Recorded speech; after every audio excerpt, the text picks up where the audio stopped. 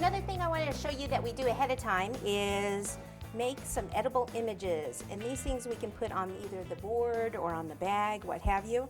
This one right here, I just went to Google Images and I put in bowling theme, bowling score sheet here, so I have this on the page and then just a couple little type logo things that I may or may not use, but it's always good to kind of have those just in case you want to put something like that on.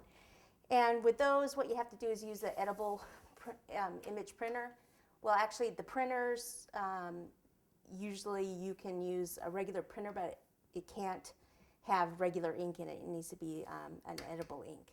Okay, so next thing I'm going to do here, while we're kind of waiting for that, is here are some of the pins that I've done previously.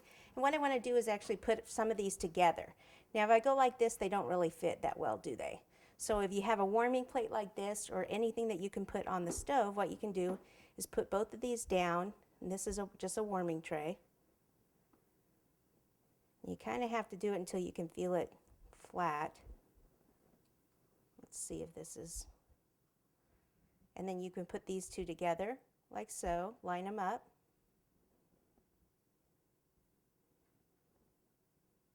Okay, and then I usually will let them sit. It looks like I have a little bit of a ridge here, so I'll need to trim that and then see where that crack is. I can go ahead and fill the rest of that in. So that's something, again, that you can do ahead of time, even before, earlier in the week, so that it saves you time. Okay. All right, next thing you're going to need is a board to put all your items on.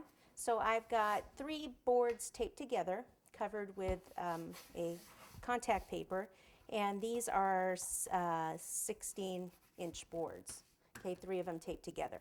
Move this out of the way. These 2 cakes right here, these are just little 5-inch cakes, and these are going to be the bowling ball.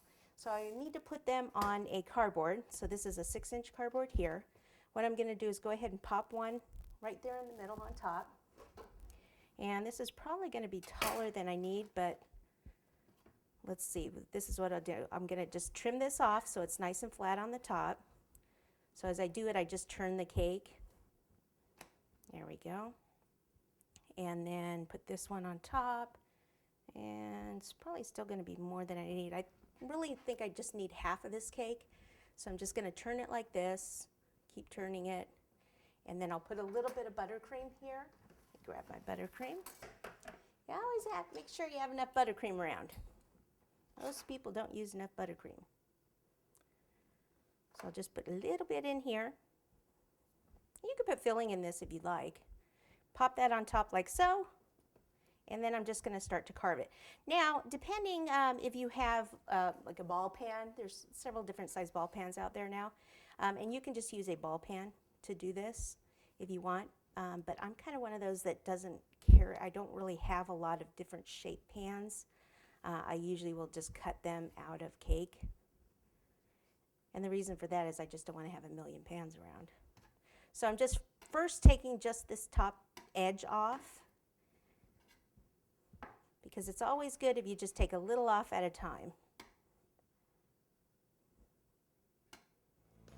Okay, so now that I've got that, come back, get this ridge off here. So this isn't going to be a complete ball all the way around because it's going to be sitting at an angle like this anyway, with the bowling pins probably under it.